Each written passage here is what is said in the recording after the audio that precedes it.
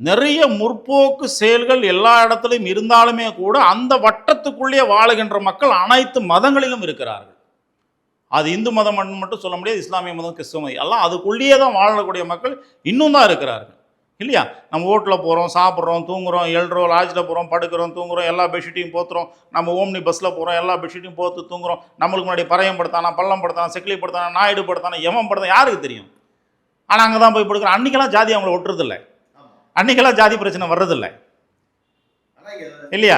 ஹோட்டலுக்கு போகிறோம், 5 ஸ்டார் ஹோட்டலுக்கு போகிறோம், இலையில வாழை இலையில அதை போடுறாரு, சாப்பாடு தட்டை தான் போடுறாரு.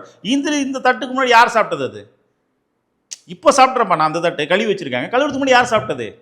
இன்னொரு சாப்பிட்டதை கழுவி வச்சு தானே அந்த தட்டு இல்லையா? அதில் யார் சாப்பிட்டான், எந்த ஜாதிக்காரன் சாப்பிட்டான், யாருக்குமே தெரியாது. அங்கெல்லாம் அவங்கள ஜாதி ஓட்டுறதில்லை, ஏன்னா 5 ஸ்டார் ஹோட்டல் அது. அங்கெல்லாம் ஜாதி எங்கே ஜாதி ஓட்டுது? சின்னதாக குடிசில் ஒரு வீட்டுக்கு இங்கெல்லாம் போகாது, அது அந்த ஆளுங்க, அந்த ஆள் நடக்கிற ஹோட்டலுக்கு நாம அங்கே சில விஷயங்கள்ல மட்டும் தான் ஜாதி வேலை. ஆமாம், ஆனால் 5 ஸ்டார் ஹோட்டலில் போய் எந்த ஜாதிக்காரன் சாப்பிட்டா அதில் மட்டும் நீ சாப்பாடு போடுங்க சொல்லி பாருங்க, அந்த பிளேட்டில் அடிச்சிருவான் அவன்.